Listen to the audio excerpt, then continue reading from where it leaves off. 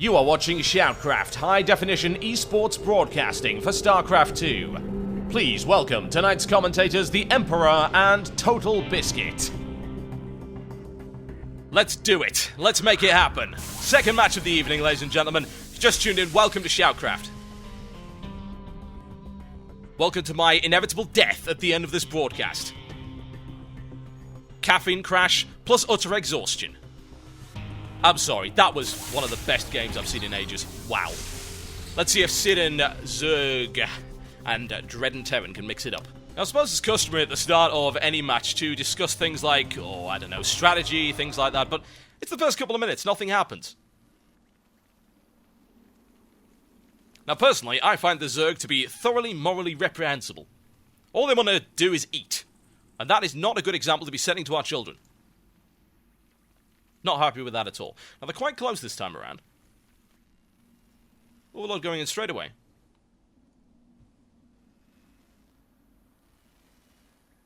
Now, it's logical, of course, to send in the Overlord to the nearest potential spawn point. Most efficient way of doing things. Now, I've seen a few Zerg players actually send in 2 scouts, 1 Overlord and 1 drone, in order to cover large maps like this as quickly as possible. It's quite effective, but of course, it will hurt your early game economy.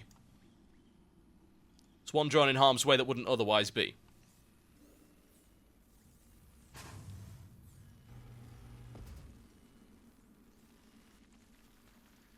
Now, is it just me, or does the creep in fact look delicious?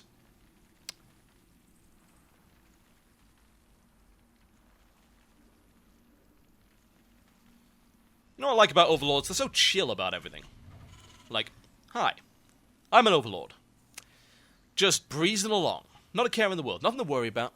Just nice and relaxed. If I were an Overlord, I would listen to jazz. Zerg jazz. Nice.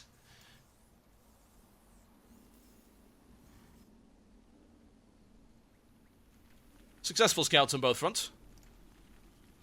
Drones going up. No early spawning pool as of yet. Going in for the long haul. But what we do have is an early hatchery. Now, as to those who don't know, an early hatchery makes a little bit more sense than most for Zerg, because the Zerg building of units mechanic, you see there, these larvae, they get turned into units.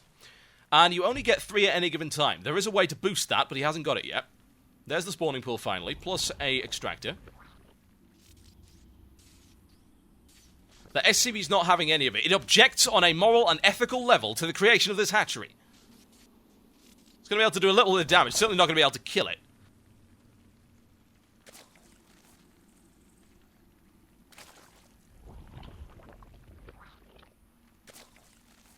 Let's have a look at that block. Tech Lab going up relatively early. Marines and Marauders, I would expect early game against Zerg. That's pretty sensible strategy. Again, it's a good, solid all-rounder. There's no particular penalty to investing in that early game. Mobbed! An attempted bunker rush? How cheeky. The funny thing is, that's actually going to get up there as well. He's going to be surrounded. He's not going to get it. He's desperately trying to kill him! Kill him! No! Oh, he's going to take his toll right now. Drone's saying, delicious bunker, we must eat it. That's not good at all.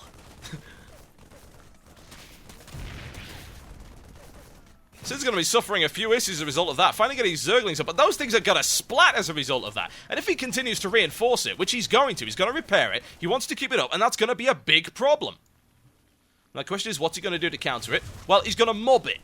That's really all he can do right now. Get as many Zerglings as possible, put drones up the front, just to try and keep it away. He wants to get rid of those SCVs first. Oh, there's the Queen. That's going to help matters a lot.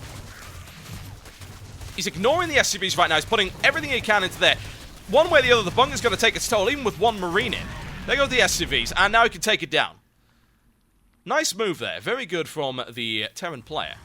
Nice to see some early game aggression. Now let's see what he's going for. We've got a starport going up early, plus a factory. Factory's going reactor, so that's lots of Hellions. Looking for a barbecue of Zerg, perhaps. Zerg player, he's not happy. Brilliant surround there, catching the Marauder. Now that block is almost up. Only just. He doesn't want to go up against that. Even one Marauder's going to be able to take its toll while the Zerglings eat through the block.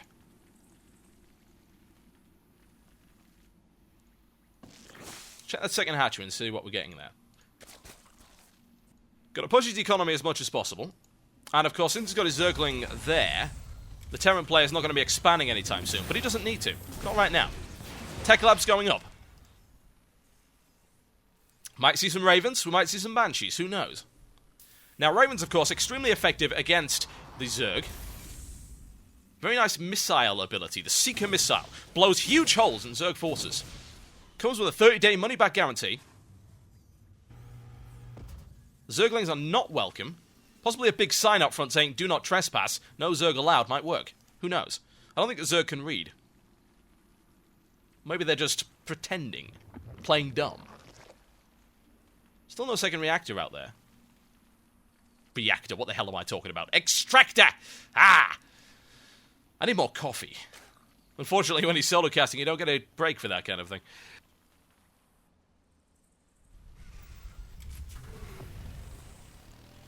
And now there's those early Banshees. And of course, they could be very effective at this stage in the game. What's he going to do with them? I would imagine he'll harass workers.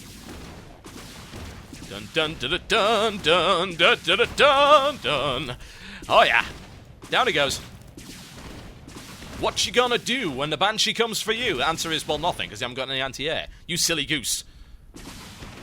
Driving that economy where that's gonna really matter at this point. Now, of course, the Queen can go in, but he certainly can't outrun the Banshee with the Queen. Or maybe he can on creep. See there, the Queen gets an increased speed when it's on creep. There's the Evolution Chamber, and plenty more drones.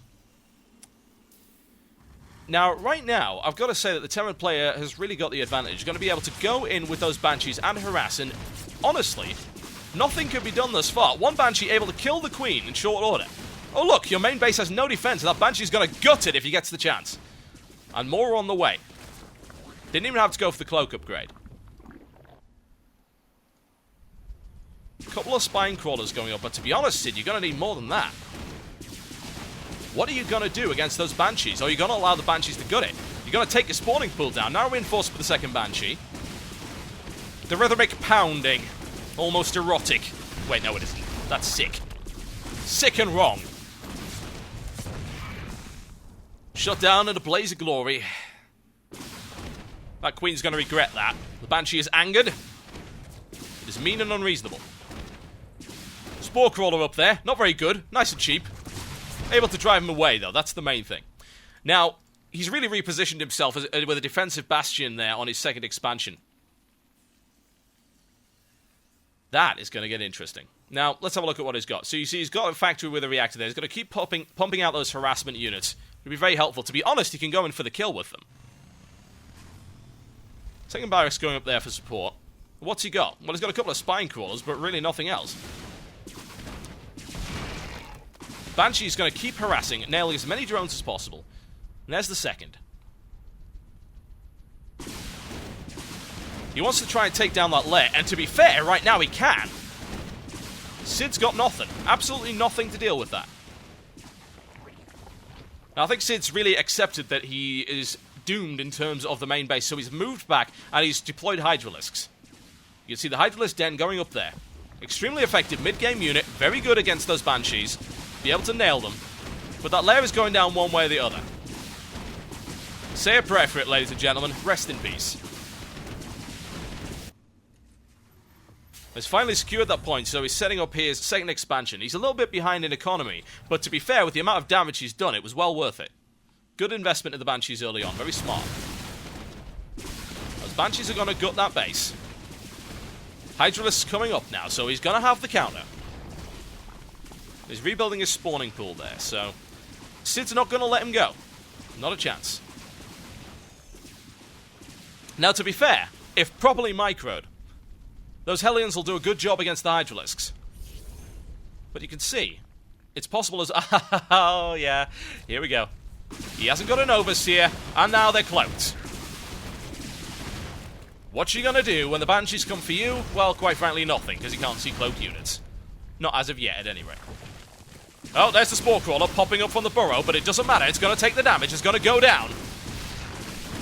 Those Hydralisks getting focus fired down and getting nailed. Yeah, Sid has given up. That's it. Was there any doubt? Fantastic play there by Dread.